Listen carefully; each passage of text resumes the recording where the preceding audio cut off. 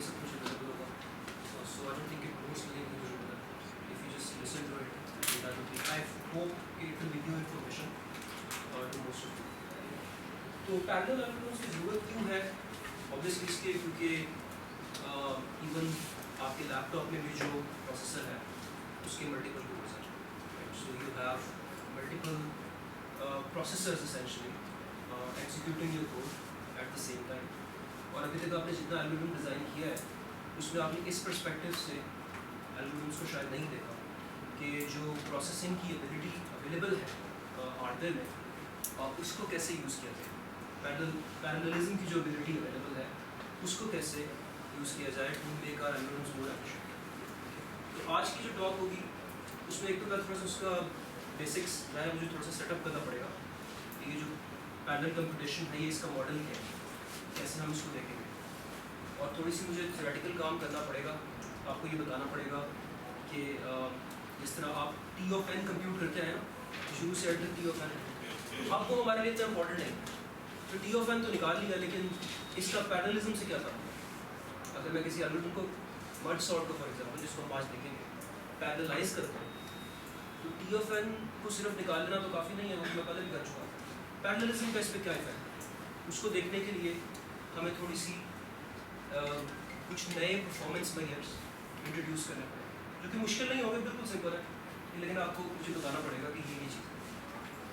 उसके बाद मैं आपको कुछ कम से कम एक पैरेलल एल्गोरिथम दिखाऊंगा और उसके बाद आखिर में जाके आखिरी 20 मिनट में टाइम परमिटिंग हम थोड़ी सी बात करेंगे शेड्यूलिंग की. तो शेड्यूलिंग क्या होती है वो मैं भी बताऊँगा. एनीवे तो शुरू करते हैं मॉडल ऑफ पैरेललिज्म से. जो हमारा मॉडल है पैरेललिज्म का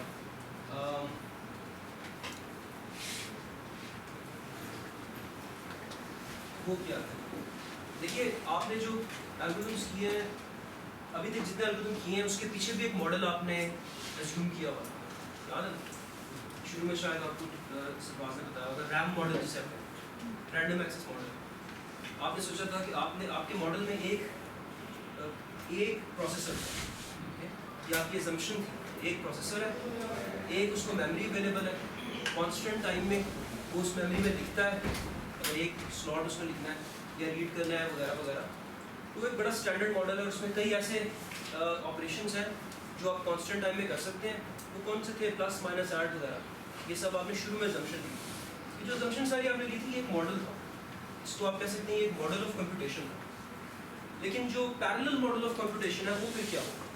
जाहिर है कि उसमें मल्टीपल प्रोसेसर्स होंगे लेकिन यहाँ पर एक डिस्टिंक्शन है.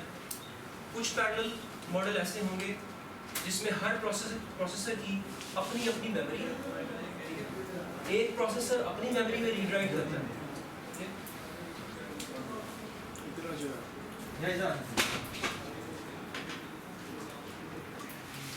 एक प्रोसेसर जो है वो अपनी मेमोरी में रीड राइट कर सकता है, किसी और प्रोसेसर की मेमोरी में रीड राइट नहीं कर सकता.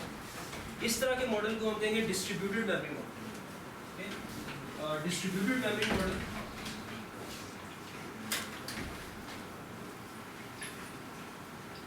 ये क्या होगा. हर प्रोसेसर की अपनी अपनी मेमोरी है. वो अपनी मेमोरी में रीड राइट करता है. अगर उसे किसी और प्रोसेसर के साथ मेमोरी शेयर करनी है तो उसके लिए फिर उसे एक मैसेज पासिंग करनी पड़ेगी, कोई प्रोटोकॉल बनानी पड़ेगी और वो एक अलग से काम होगा. ठीक है. दूसरा जो मेमोरी मॉडल है जो हमने आज देखा क्योंकि हम चाहते हैं कि हमारा फोकस एल्गोरिथम पे रहे तो जो हमने देखना है वो शेयर्ड मेमोरी मॉडल. ठीक है. जिसमें आप गैस कर सकते हैं कि क्या होगा. मल्टीपल प्रोसेसर्स हैं और एक इनफैक्ट आपके लैपटॉप में शेयर्ड मेमोरी मॉडल है. मल्टीपल कोर्स हैं और एक ही रैम है जिसको वो सारे एक्सेस कर सकते हैं. तो ये शेयर्ड मेमोरी मॉडल हम इसी की बात करें. और ये मैं सिर्फ इसलिए बता रहा हूँ कि आपको ये बताओ कि ये वाहिद चीज़ नहीं है. ठीक है. और भी चीज़ होती है और उसमें पैरेलल कंप्यूटेशन के कई मॉडल हो सकते हैं. शेयर्ड मेमोरी मॉडल के अलावा जो दूसरी चीज़ हम आज देखेंगे जो मैं डिस्कस कर रहा हूँ वो है डायनामिक थ्रेडिंग हम लोग करेंगे. इसका क्या मतलब. इसका मतलब ये होगा कि आप एट रन टाइम आप अपने थ्रेड्स वगैरह क्रिएट करेंगे पैरेलल प्रोसेसिंग करते वक्त और जो एक्चुअल टाइम स्लाइसेस उन थ्रेड्स को मिलने हैं, जो एक्चुअल लोड बैलेंसिंग उनके दरमियान होनी है. लोड बैलेंसिंग का मतलब होता होगा उनके दरमियान जो लोड बैलेंसिंग होनी है और जो एक्चुअल फिजिकल पैरेललिज्म होना है वो हमने नहीं करना, वो हमारे लिए एक बंदा करेगा जिसका नाम शेड्यूलर है, शायद वो इसका पार्ट है, ठीक है। सो लेट्स से कि वो उस पे हम छोड़ देते हैं शेड्यूलर पे। आखिरी 20 मिनटों में मैं एक स्पेसिफिक शेड्यूलर की बात करूंगा जिसमें पहले ग्रीडी शेड्यूलर, लेकिन फिलहाल जो पहले 1 घंटा 40 मिनट होगा जो कि अब थोड़ा रह गया होगा, उसमें मैं शेड्यूलर की बात करूँगा। तो जब हम शेयर्ड मेमोरी मॉडल में डायनामिक थ्रेडिंग जब करते हैं तो मॉडल ये है कि एक मेमोरी है, मल्टीपल प्रोसेसर्स हैं, और हम लोग एक्चुअल फिजिकल पैरेललिज्म को फिलहाल नहीं देख रहे होंगे, लॉजिकल पैरेललिज्म को, ठीक है। सो ये भी याद रखिएगा, दो terms, logical versus physical parallelism, ठीक है।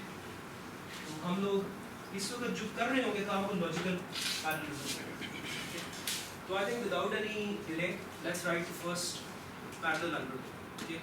So I am going to choose a very simple algorithm which you know by heart, which is the Fibonacci. बड़ा आसान है क्योंकि इसमें दो जो इसका रिकर्सिव वर्जन है जो कि बहुत बुरा है, रिकर्सिव वर्जन एक्सपोनेंशियल होता है।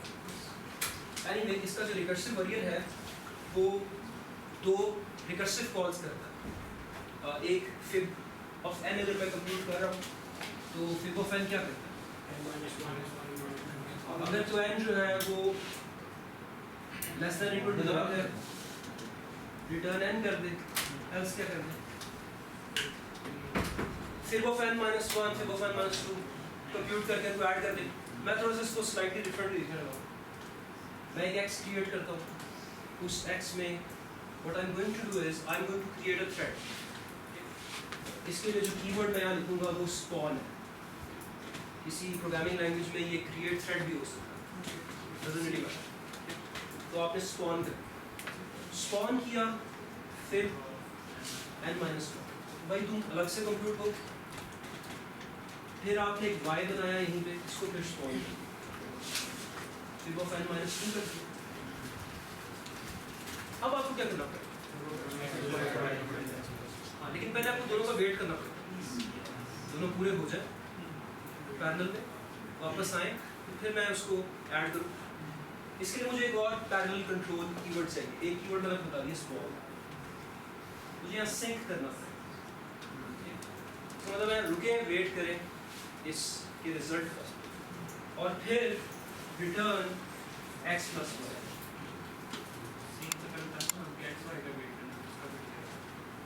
इन दोनों का ये प्रोसीजर उसको पता है कि इस प्रोसीजर के अंदर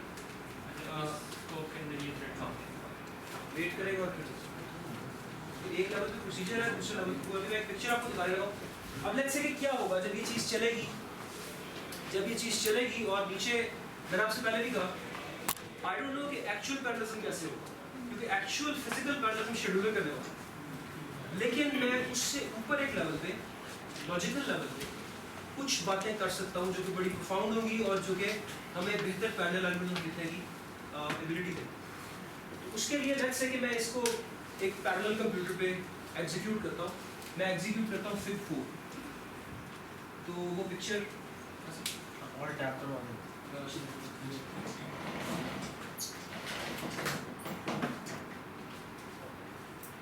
सो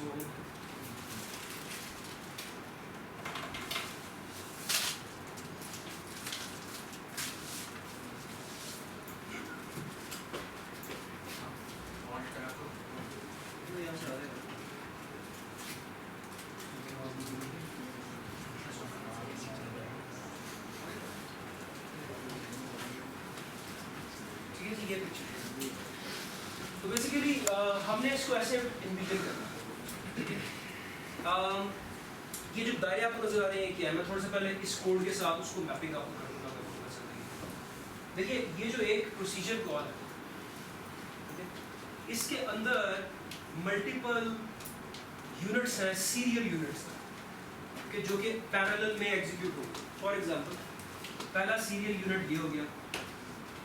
बहुत प्रिसाइज होना मेरे लिए जरूरी नहीं है इसमें, क्योंकि देखिए ये हाई लेवल लैंग्वेज है, आपको पता है जब ये असेंबली में ब्रेक होगा तो ये और भी इंस्ट्रक्शंस छोटी हो जाएंगी, तो आप ज़्यादा प्रिसाइज कर सकते हैं। I don't have to be too precise, I just have to give the idea. उसके अलावा ये पार्ट और सिंक के बाद का ये part, okay. And let's say I can give them some name. ये जो आपको ब्लैक दायरे नजर आ रहे हैं, they are all of these strands. जो मैं वर्ड यूज कर रहा हूँ उसका नाम है स्ट्रैंड। मैं स्ट्रैंड को डिफाइन भी कर देता हूँ। एक स्ट्रैंड क्या है? एक स्ट्रैंड है, let me be precise with this,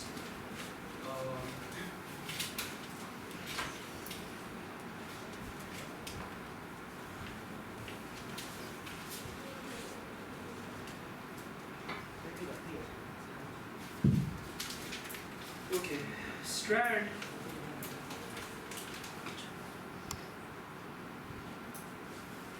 sign थोड़ा सा ऊपर लिखना है, ये चीज़ अंदर नहीं यहाँ नजर आ रहा है? हाँ यार maximal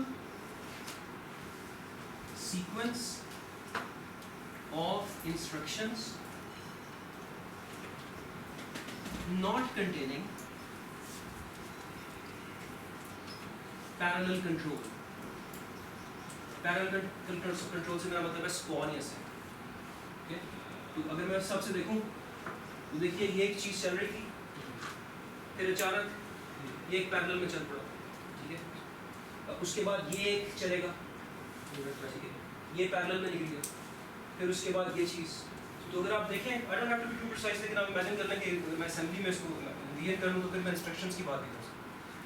तो ये इतना एक स्ट्रैंड हो गया, ये दूसरा स्ट्रैंड हो गया, ये तीसरा स्ट्रैंड हो गया। जब आप पैरेलल एल्गोरिथम्स को पढ़ेंगे ना, तो ये जो वोकैबुलरी है ये काफ़ी इंटरचेंजेबल होती है।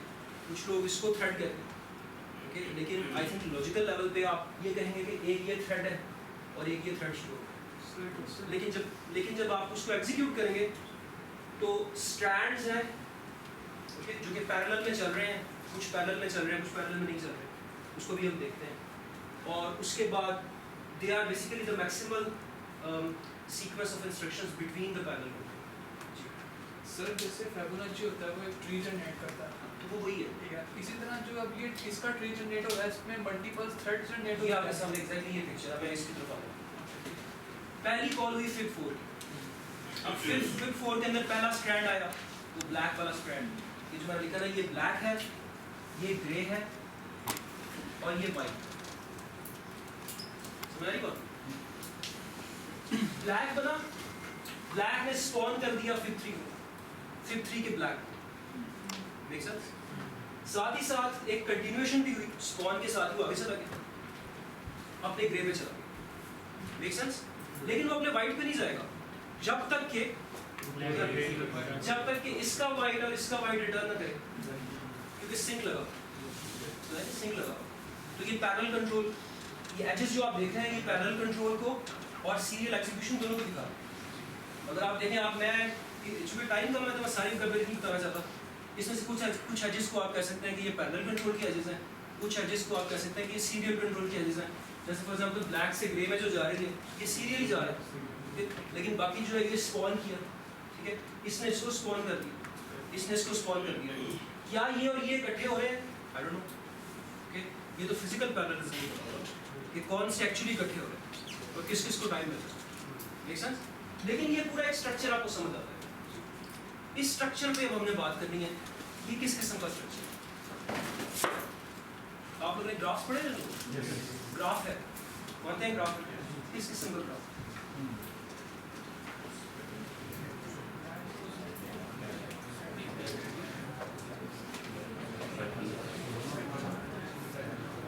कल मुझे सिंपल बताना कि डायरेक्टेड एंड डायरेक्टेड और एसिक्लिक होना चाहिए। अगर सिक्लिक है तो क्या होगा? Wrong program, infinite loop. So obviously we are assuming a correct program. So here is the first thing. Any parallel program is a DAG of its strands.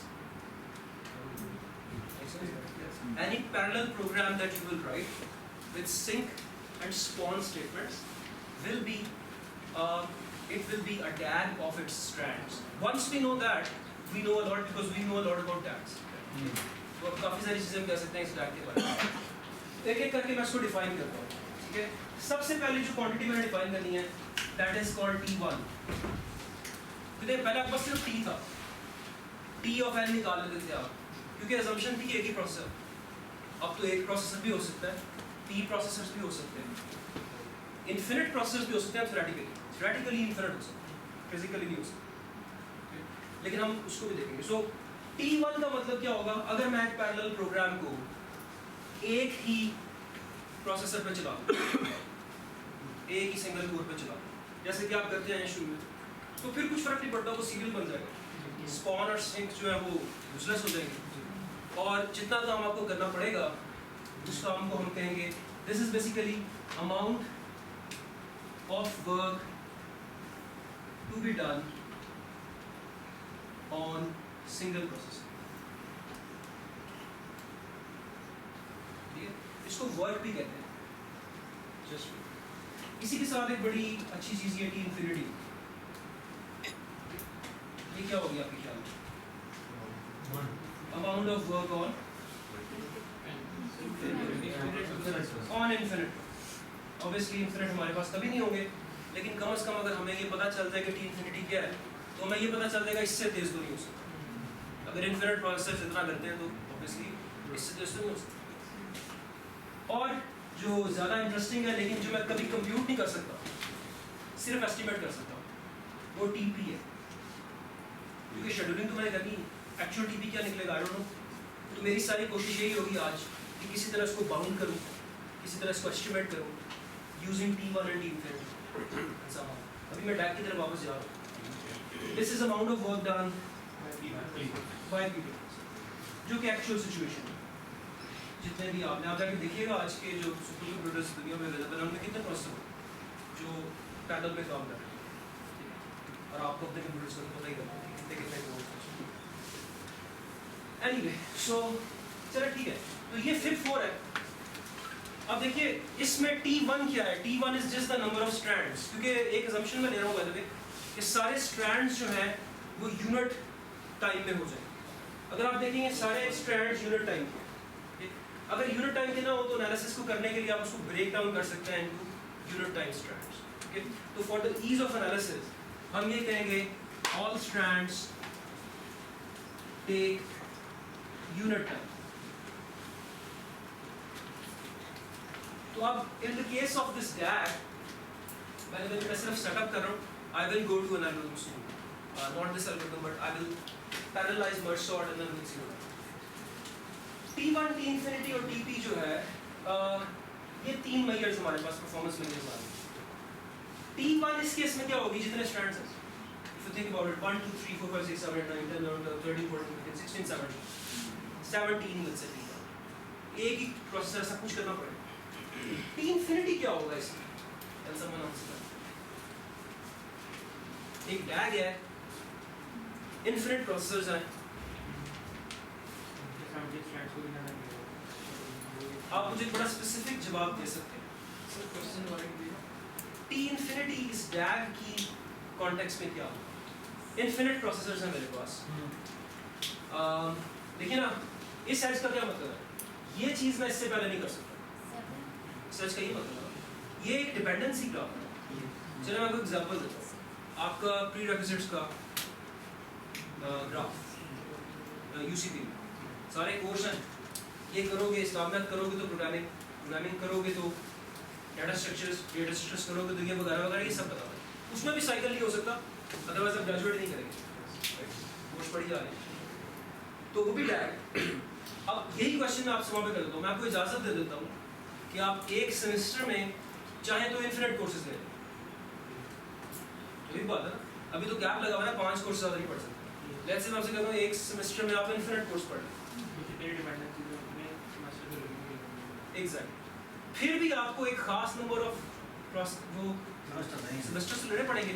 What will be that number of semesters? The dependency, the longest path of the graph. Make sense? तो T infinity is exactly the longest path. तो ये बड़ा important बात है। दुनिया का कोई भी पैरेलल एल्गोरिथम ऐसा ग्राफ बनने वाला है और उसके अंदर एक लॉन्गेस्ट पाथ है, और चाहे इन्फिनिट प्रोसेसर भी आ जाए, जितने नोड उस लॉन्गेस्ट पाथ में हैं उतने स्टेप तो लगेंगे। ठीक है, तो ये जो लॉन्गेस्ट पाथ है इसको हम कहेंगे एक तरह की इनहेरेंट सीरियलाइजेशन है, सीरियलाइज्ड क्या कहेंगे इसको, कोई एग्जेक्टिव लेकर नहीं आ रहा, सीरियलाइज्डनेस है ओके उसकी, कि वो इससे ज़्यादा पैरेललाइज नहीं हो सकता। जो लॉन्गेस्ट पाथ है वो डिपेंडेंसीज तो एक के बाद दूसरी ही करनी पड़ेगी, चाहे इन्फिनिट प्रोसेसर भी आ जाए। कई प्रोसेसर्स खाली पड़े रहेंगे बिकॉज अभी ये डिपेंडेंसी पूरी नहीं हुई, ये होगा तो अगली चीज़ होगी, ठीक है। सो एक्चुअली इस पाथ को कहते हैं, लॉन्गेस्ट पाथ को हम इस लिटरेचर में, जो पैरेलल एल्गोरिथम का लिटरेचर है उसमें हम कहते हैं क्रिटिकल पाथ। ये जो प्रोजेक्ट मैनेजर्स होते हैं ना, ये भी क्रिटिकल पाथ बनाते हैं कि ये क्रिटिकल पाथ है हमारा, ये चीज़ें जो है ये मैक्सिमम टाइम लेगा एक्सेट्रा। तो क्रिटिकल पाथ, तो इसको आप कह सकते हैं critical path length, this is your critical path length. चलिए ये तो मैंने आपको सेटअप बता दिया, अब सिर्फ दो चीज़ें मैंने आपको और बतानी है जो ज़्यादा अहम है हमारे। अच्छा एक तो चीज़ और बताऊँ, यहाँ पर देखिए दो बड़े सिंपल से रूल है जो हमारे ज़हन में आते हैं। पहला रूल ये है कि जो आपका TP है, this has to be greater than or equal to T1 divided by P। इससे कम टाइम नहीं लग सकता DOP, ठीक है ना। अगर 17 यूनिट टोटल है और 3 प्रोसेसर है तो 17 डिवाइडेड बाय 3 से कम टाइम तो नहीं लगेगा। अगर डिपेंडेंसीज ऐसी हैं कि हर दफा तीनों प्रोसेसर लोड दे देते हैं आपको, तीनों को लोड दे दिया, तीनों को लोड, तो फुल चल रहा है काम, तो उससे कम, उससे ज़्यादा टाइम नहीं लग सकता। ज़्यादा टाइम का मतलब है स्लो, उससे ज़्यादा ही लग सकता है, कम नहीं लगेगा। दूसरी तरफ हमें ये भी पता है, ये दो इनइक्वालिटीज हमारे लिए इम्पोर्टेंट होंगी। दूसरी तरफ हमें ये भी पता है कि जो TP है वो T इंफिनिटी से भी तेज तो नहीं हो सकता। तो ये बड़े दो बेसिक लॉज हैं पैरेलल एल्गोरिथम्स के। इसको हम कहते हैं वर्क लॉ और इसे हम कहते हैं स्पैन लॉ। सर ये इससे छोटा नहीं होगा? TP T इंफिनिटी से छोटा नहीं होगा? नहीं, TP छोटा होने का मतलब है कि वो फास्ट हो गया, टाइम है ना। अच्छा अच्छा, अगर इंफिनिटी 2 सेकंड लेती है तो TP 1 लेता है, ये तो हो नहीं सकता, ठीक है। तो ये दोनों बाउंड्स हैं, ठीक है। इनफैक्ट एक लास्ट बाउंड जो मैं यहाँ पे बताऊंगा, अगर आप लोग बोर हो रहे हैं तो I will go forward to the वो है register. Let me remove this. जो तीसरी चीज़ है जो यहाँ से आती है, देखिए जो आपका TP के साथ मैं एक बना देता हूँ TP star, and let me call this optimal time achieved by any scheduler.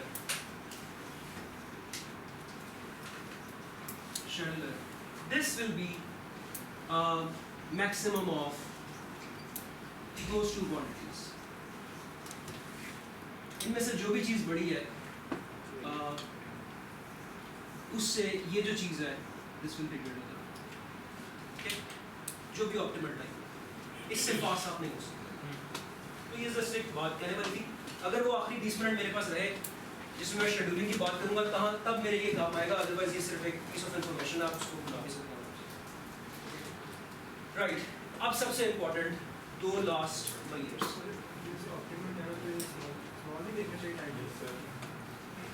नहीं, बात ये है कि इससे बेहतर नहीं हो सकता, ऑप्टिमल भी इससे बेहतर नहीं हो सकता, क्योंकि ये लॉज है।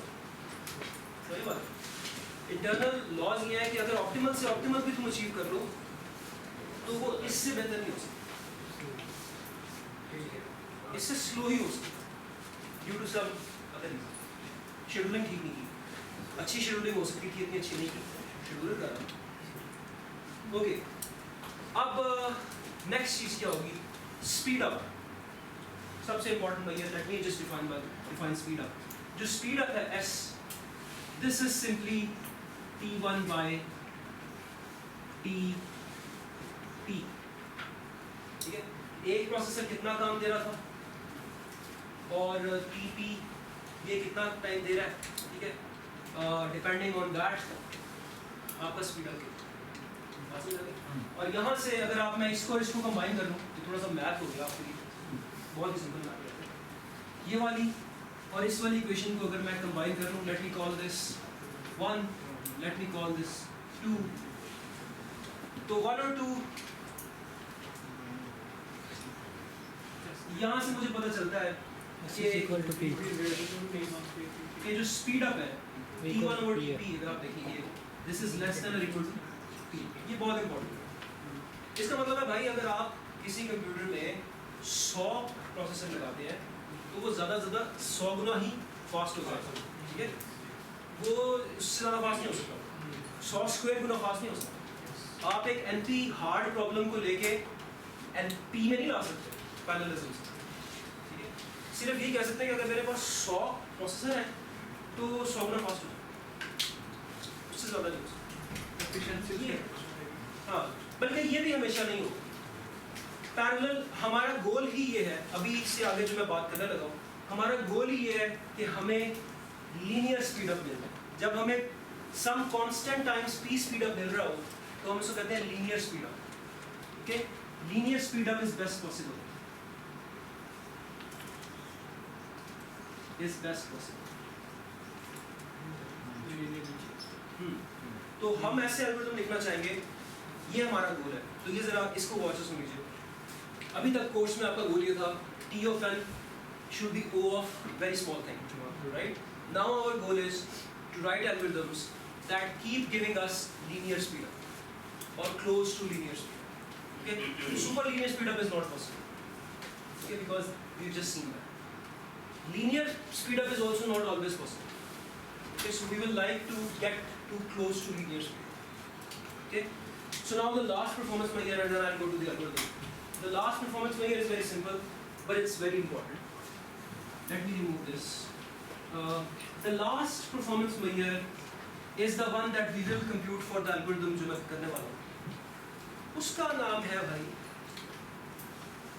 उसका नाम है parallelism. Okay, इसको मैं एक नाम दे देता हूँ, चूँकि P को मैं number of processors के लिए यूज कर रहा हूँ, तो let me call it P bar. This is parallelism. Parallelism is simply equal to T1 divided by T infinity. Okay? अगर आप इसको गौर से देखें तो basically ये क्या कह रहा है? This is the maximum possible speed up. Okay? You can say that this is the max possible speed up. लेकिन जो चीज़ मैंने आपको बतानी है वो ये लास्ट वाली चीज़ है।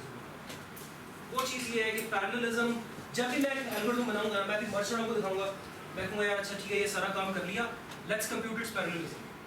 जैसे आप कहते हैं ना let's compute T of n, I not say that, I say let's compute its parallelism.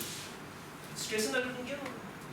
तो स्ट्रेसन एल्गोरिथम को लेट्स से आप पैरेललाइज करते हैं, तो फिर आपको पैरेललाइज करने के बाद उसका पैरेललिज्म आप कंप्यूट करेंगे और वो आपको क्या बताएगा, ये बात मैं बता रहा हूँ। This is the most important point in this whole lecture actually, if you want to remember this. तो पैरेललिज्म क्या है, क्या करेगा? बेसिकली ये आप जरा गौर से देखिए, what happens when I have more processors than the parallelism. ये मैं क्यों कर रहा हूँ ये आपको भी पता चलता है। अगर मैं एक सेटअप बनाता हूँ, एक आर्किटेक्चर बनाता हूँ जिसमें नंबर ऑफ प्रोसेसर्स पैरेललिज्म से ज़्यादा हैं, तो क्या होगा? बेसिकली वो इक्वेशन क्या बनेगी कि पैरेललिज्म जो है it is less than P. In other words, you are saying T1 over T infinity is less than P. लेकिन अगर आप देखें this is the best possible speed up. So in other words, what we are saying is speed up is less than P. बात समझ आ रही है? अब इसका क्या मतलब? इसका मतलब ये है भाई कि अगर एक एल्गोरिथम का पैरेललिज्म ज़्यादा है, बहुत ज़्यादा, मैं प्रोसेसर डालता जाऊँ प्रोसेसर टेक्नोलॉजी इंप्रूव करता जाऊँ, I will get linear speed up. Make sense? लेकिन अगर पैरेललिज्म कम है फिर कोई फायदा नहीं। अगर आपका पैरेललिज्म 10 है, आप 11वां प्रोसेसर डालते हैं, अब आपको लीनियर स्पीड अप नहीं मिलेगा।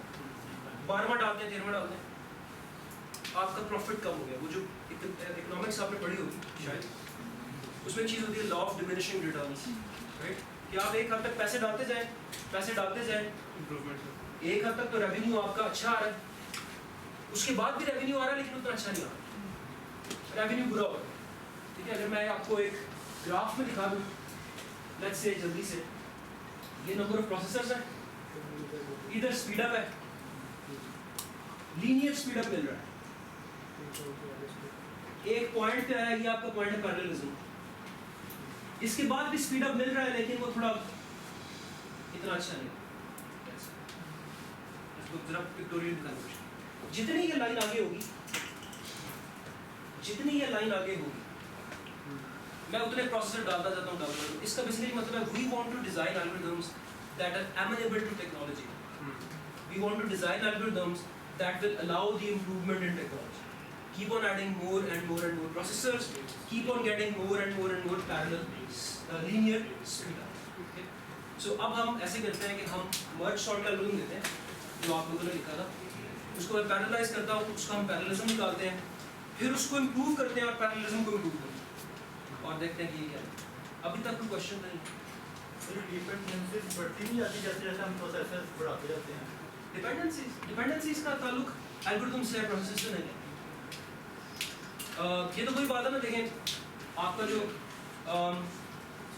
देखें प्रोसेसर बहुत सारे अवेलेबल है, ग्राफ तो यही रहेगा ना। इस एल्गोरिथम को तो कुछ फर्क नहीं पड़ना अगर इसके नीचे 100 प्रोसेसर डाल दूँ या 200 डाल दूँ या 300 डाल दूँ, एल्गोरिथम तो वही है ना, एल्गोरिथम तो वही है। तो बात तो सिर्फ वही पड़ेगी कि लीनियर स्पीड अप, अगर इसका पैरेललिज्म अगर इसका ज़्यादा है तो ये मुझे बता रहा है कि यार इसका मतलब है कि तुम प्रोसेसर डालते जाओ, मैं तुम्हें लीनियर स्पीड अप देता जाऊँ, ठीक है। लेकिन अगर पैरेललिज्म कम है तो थोड़ी देर के बाद वो उसके अंदर मजीद उसकी डिपेंडेंसीज ऐसी हैं उस ग्राफ की कि मजीद इंप्रूवमेंट नहीं। सुपर कंप्यूटर भी चला रहे थे वैसे जैसे जैसे आप। जी हाँ, तो सुपर कंप्यूटर के लिए ज़रूरी है कि हाईली पैरेललाइज्ड एल्गोरिथम्स हो। अगर आपने हाईली पैरेलल आर्किटेक्चर पे किसी को चलाना है तो वी नीड हाई पैरेललिज्म। तो इस दफ़ा आप देखेंगे, इसको आप देखेंगे कि पैरेललिज्म फिर ऐसा गोल है। अभी आप देखेंगे मैं ऐसा काम करूँगा कि मर्ज सॉर्ट का एल्गोरिथम आपने अच्छा खासा बेस्ट तरीके से लिखा हो, लेकिन मैं उसमें ऊट पटांग हरकतें करूँगा तो आप कहेंगे कि तो उसको फजूल आपने बना दिया। आपकी बात ठीक होगी, लेकिन जब मैं उसको पैरेलल कॉन्टेक्स्ट में देखूंगा तो वो बेहतर होगा, ठीक है। तो आप देखेंगे अच्छा ठीक है, अब ये सेंस बन रही है क्योंकि ये है तो T1 तो मेरा थोड़ा सा खराब हो गया है, लेकिन पैरेललिज्म मेरा ऊपर चला गया क्योंकि T इंफिनिटी बेहतर हो गया, एटसेट्रा एटसेट्रा। तो पैरेललिज्म को हमने ऐसे इंक्लूड करना। तो ये इंपॉर्टेंट याद रखिए कि पैरेललिज्म है क्या चीज़, ये चीज़ है और इसीलिए हमें हाई पैरेललिज्म चाहिए, ठीक है। चलो मैं चलता हूँ उसकी तरफ, मर्ज शॉर्ट को देखते हैं। याद है मर्ज शॉर्ट? ये क्वांटिटीज है, ये लेफ्ट साइड लिंक होता है जो मिडल है जरूरत पड़ेगी। ठीक है, मैं इसको ऊपर करके वो वाली साइड यूज़ करूँगा। अरे अगर आप ये यूज नहीं करना अभी नहीं यूज़ करना होगा दिस।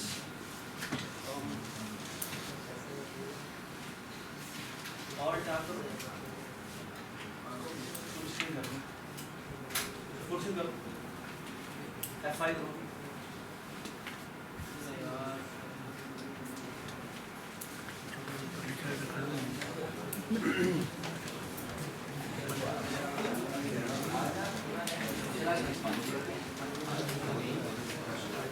चला मैं एक पैरेलल एल्गोरिथम और उसका एनालिसिस करता हूं।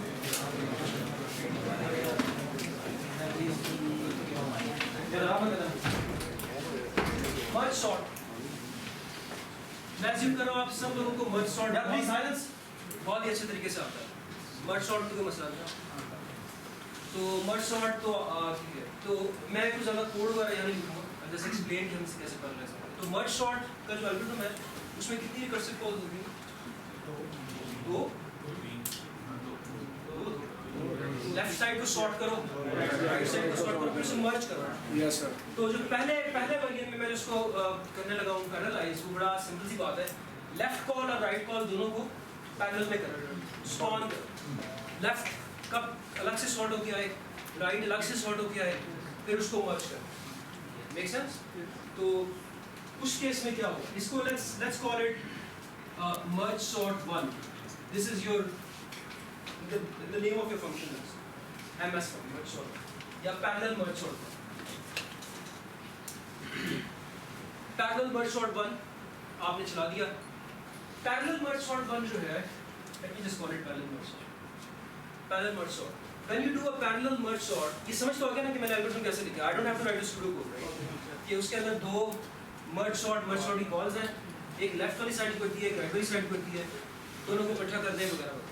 तो बेसिकली सिचुएशन ये हुई कि एक दोनों मर्ज लेफ्ट और राइट के जो सब मर्ज और सब रूटीन्स हैं वो पैरेलल में चल रही है। वो लेके आएंगी वापस, ये सिंक लगा होगा, सिंक लगा होगा, दोनों सॉर्टेड आ गए, फिर उनको मर्ज किया सिंक के बाद, तो merge has to wait for the two calls. तो इस तरह से हम पैरेललाइज कर सकते हैं सिंक। अगर हम ऐसे करेंगे तो एनालिसिस पे क्या फर्क पड़ेगा इसको हमें, ओके। तो अगर मैं ऐसा यहाँ पे मैं टी का वर्ड यूज़ नहीं कर रहा, मैं रादर मैं ये चीज़ें यूज़ कर रहा हूँ, इस तरह से नाम लिखूँगा ताकि पता चल जाए कि मैं क्या कह रहा हूँ। PMS, parallel merge sort on an n size array using just one processor। इससे तो कोई फर्क नहीं पड़ेगा, ये तो वही रहेगा जो रेगुलर मर्ज सॉर्ट है। वो क्या होता है? वो तो होता है 2, यार ये याद वाले आंसर ना बताएगा। Parallel merge sort 1 n/2 plus theta of n for merge, make sense? And this is equal to theta of n। ये आप कर सकते, थोड़ी सी आज रेफरेंसेस आपको दोबारा से होगा रिफ्रेश। साथ ही इसको भी देख लें, इन्फिनिटी पे कितना टाइम, इसको भी हम एक रेफरेंस में लिख सकते हैं। कैसे लिख सकते हैं? देखिए इसने क्या किया है, अगर मैं देखूं पैरेललिज्म में ये है, वो कहता है जी लेफ्ट वाला मर्ज सॉर्ट, लेफ्ट वाला इधर चला जाए, राइट वाला मर्ज सॉर्ट पैरेलल में हो जाए, ठीक है, और इनका आंसर सिंक हो, और ये आंसर। अब कितना टाइम लगेगा इसको? वहां पर तो 2 कॉल्स का टाइम मैंने लिया था, अब मुझे कितने का लगेगा? 1 कॉल का टाइम by 2 मीनिंग 1। एक यूनिट हो गया। चले मैं थोड़ा सा आपको एग्जांपल देता हूँ। लेट्स से 2 क्लासेस हो रही हैं करंटली यूसीपी में, एक क्लास, और आपने वेट करना है, एक में एक फ्रेंड है आपका, दूसरे में दूसरा फ्रेंड है। एक क्लास 2 घंटे लेती है, एक क्लास 1.5 घंटे। कितना वेट करना पड़ेगा? 2 घंटे। सो अगर 2 चीज़ें पैरेलल में हो रही हैं तो भारी वाली चीज़ का टाइम। इस केस में अच्छी बात है, दोनों चीज़ें एक जितनी भारी, हाफ काम इधर हाफ काम इधर। हम एनालिसिस कर रहे हैं ना, अब ये जो मैं एनालिसिस कर रहा हूँ इसमें आप देखेंगे मैं फिजिकल पैरेललिज्म क्या हो रहा है मुझे नहीं पता, ये शेड्यूलर है, ये सब लॉजिकल स्पेस पे काम है, ऊपर के लेवल एब्स्ट्रैक्शन। तो यहाँ पे मैं कहूँगा ये रेफरेंस जो है ना, ये रेफरेंस ये बनेगी।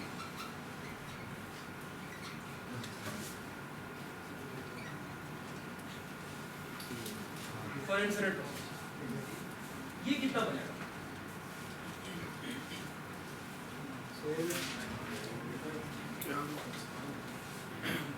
n दसो मैं चित्र ला रहा n plus n/2 plus n/4 plus n वो है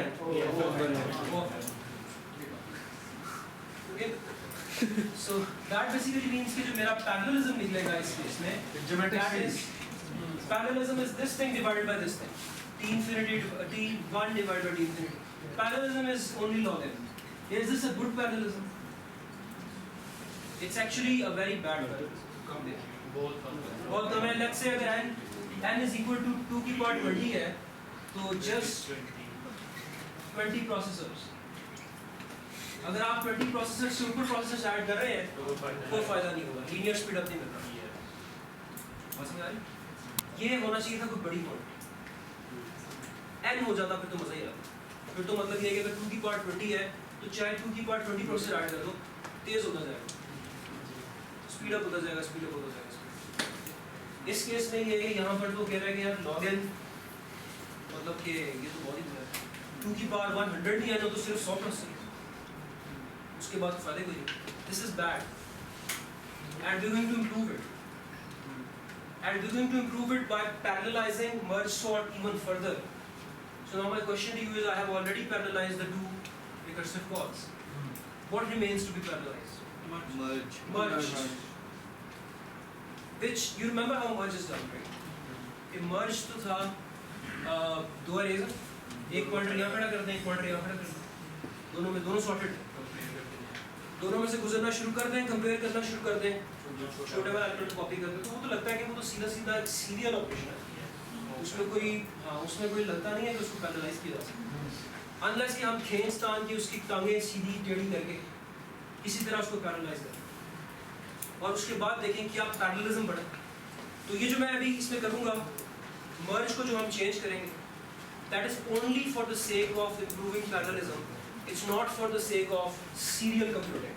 वो जो सीरियल में आप कंप्यूटिंग करते रहे हैं रेगुलर मर्ज सॉर्ट को वैसे दिखना चाहिए जैसे आप लिखते रहे, लेकिन अभी हम कुछ और करेंगे। तो हम मर्ज को पैरेललाइज करें to improve parallelism because log n is a bad term. Does this make sense? So let's let me give you the idea of how to parallelize merge, okay? Which will seem very odd to you because it is such a basic and simple operation, but you will see that ultimately it will improve parallelism, okay? So can I remove this? I think आपको वैसे ही तो दोबारा लिख दूंगा, मुझे जरूरत पड़ी। Okay, तो यहाँ एक पिक्चर बनेगी, वैसे वो पिक्चर उस पर भी अगर I like to make a picture. Merge आपने ऐसे कर, अच्छा थोड़ा सा मुझे और भी चेंजेस मैं इसमें करूँगा। फॉर एग्जांपल जो मैं मर्ज सॉर्ट के अंदर भी चेंज करूँगा वो ये है कि मर्ज सॉर्ट आमतौर पर ये होता है ना, आप मर्ज सॉर्ट में एक अरे भेजते हैं, वो अरे सॉर्ट हो जाती है। अब ये है कि नहीं, वो एक और आउटपुट अरे में सॉर्टेड कंटेंट आपको देगा, ठीक है? नई स्पेस मर्ज सॉर्ट वैसे भी नई स्पेस बनाता करता है, लेकिन इस बार थोड़ा ज़्यादा ज़ाया करेगा। लेकिन हमारा गोल ही और है, हमारा गोल पहले। तो आउटपुट की एक अलग अरे होगी, वो भी जैसे वो रेफरेंस वेरिएबल होता है, आउटपुट आप उसको भेजेंगे भाई आउटपुट इसमें रख के दो, तो वो आपको उस अरे में आउटपुट रखेगा। मर्ज सॉर्ट ये काम करेगा, उसी तरफ मैं जाता हूँ। मर्ज क्या करेगा? मर्ज को एक अरे मिलेगी, इस अरे का नाम रख देते हैं, इसका नाम है टी, ठीक है? और इसकी दो सब अरेज हैं जिसको उसने मर्ज कर, वो दोनों सब अरेज सॉर्टेड होगी जैसे मर्ज में होगी। Let me make those two सब अरेज। एक सब अरे लेट्स से ये है, अच्छा क्या मैं बीच में जो गैप डालूंगा आपको शायद अजीब लगेगा, बीच में गैप दूंगा। तो देखिए जब आप मर्ज एक्चुअल मर्ज सॉर्ट को याद करें, एक्चुअल मर्ज सॉर्ट में जब आप दो सब अरेज को मर्ज करना चाहते हैं तो वो दोनों कंटिन्यूअस पड़ी होती है, राइट? ये सब अरे साथ ही दूसरी सब अरे, उसको उठा के टेम्परेरीज में लेके आते हैं, फिर इनको मर्ज करके वापस लेके आते हैं। ये वाला काम चेंज होने वाला है, ठीक है? तो वो चेंज क्यों हो रहा है मैं आपको बताऊँ। टी के अंदर एक सब अरे पड़ी है, फिर दूसरी सब अरे पड़ी है, दूसरी सब अरे को भी देख लेते हैं, वो ये सब make sense? Starting and ending index लेंगे इसका, हाँ वो पास होगा ठीक है? फंक्शन, तो फंक्शन को इसका starting index let's say left 1 right 1 left 2 right 2, ठीक है? और करना क्या है, इसको मर्ज करके एक और अरे में रखते हैं, ठीक है? इस अरे का नाम ए रखते हैं और इसके जिस एरिया में आपने इसको रखना है वो है लेफ्ट 3 राइट 3, ठीक है? आप फंक्शन के अंदर सिर्फ लेफ्ट 3 भेजने हैं, उसको वो राइट 3 खुद निकाल देगा क्योंकि right 3 is this plus this, सबको मर्ज करना। ओके, कैसे होगा? तो काम ये होने वाला है, बजाय इसके कि हम एक एक करके यहाँ मर्ज करें, I am going to by force convert it into a recursive function, and then I'm going to make those recursive calls in parallel. Make sense? You should not convert it into recursive if you're writing the regular merge sort, but I'm going to do it to use parallel. कैसे recursive बनाएं? इस तरह से बनाएं, for without loss of generality, let me say कि इसका size है n1, इसका साइज है n2, ठीक है? और हम हमेशा मेक श्योर करते हैं कि n1 is greater than n2, n2 छोटा है, ठीक है? n1 इज ग्रेटर देन और इक्वल टू, ठीक है? n2 अगर ये छोटा नहीं है तो हम इसको n1 कर देते हैं, इसको n2, ठीक है? तो हम इस तरह करते हैं। Let's say for the sake of explanation, यहाँ पर जो ये वाली अरे है इसका साइज छोटा है, इसका साइज बड़ा है, इसका साइज छोटा है। तो मैं क्या करता हूँ, मैं इसका मिडल कंप्यूट करता हूँ, m1 कैसे कंप्यूट होगा? This plus this divided by 2, यहाँ पे लेट्स से x पड़ा, एक एलिमेंट पड़ा हुआ है x के लेफ्ट पे कौन से एलिमेंट है? x से छोटे, लेस देन x, राइट पे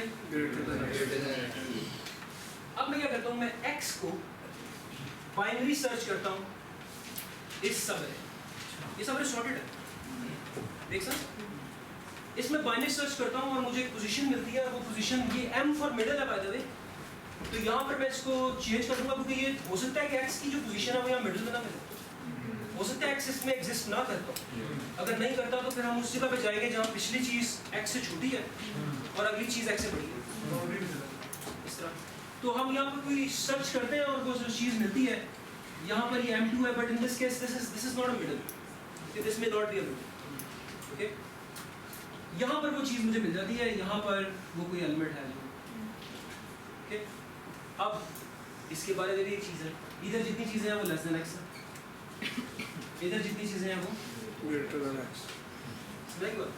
अब मैं क्या करता हूँ, अब Can you repeat it once? ये बड़ी वाली सवेरे पकड़ी, उसका मिडिल एलिमेंट ले लिया, उसका मिडिल एलिमेंट था x, उसकी जाहिर है लेफ्ट पार्ट में x से छोटी चीज़ें हैं, राइट पार्ट में बड़ी चीज़ें। इस वाली छोटी सवेरे में x को बाइनरी सर्च किया इन log of n by 2, log of n2 या log of n क्या, log of n में सर्च किया और एक जगह मिली। अब ये जगह ये तो उसका कि बिल्कुल एंड पे मिले या बिल्कुल शुरू में मिले, I mean I am not saying कि ऐसा नहीं हो सकता, Yes. but let's say किसी जनरल जगह, जनरल पोजीशन m2 पे मिली। Once I do that, इसके भी दो टुकड़े हो गए, दो टुकड़े हो गए, इक्वल नहीं हुए शायद, लेकिन दो टुकड़े हो गए। दो टुकड़े। अब मैं क्या करूँगा, मैं I will do the following, x को मैं उसकी करेक्ट जगह पे कॉपी कर दूंगा। सर ये कैसे कंप्यूट करेंगे? ये कैसे कंप्यूट करेंगे साइन? वो सारे छोटे हैं इससे, वो सारे भी छोटे हैं। Number of this plus number of this plus L3 x की जगह क्या बात। लेस देन x, लेस जितने ही हैं प्लस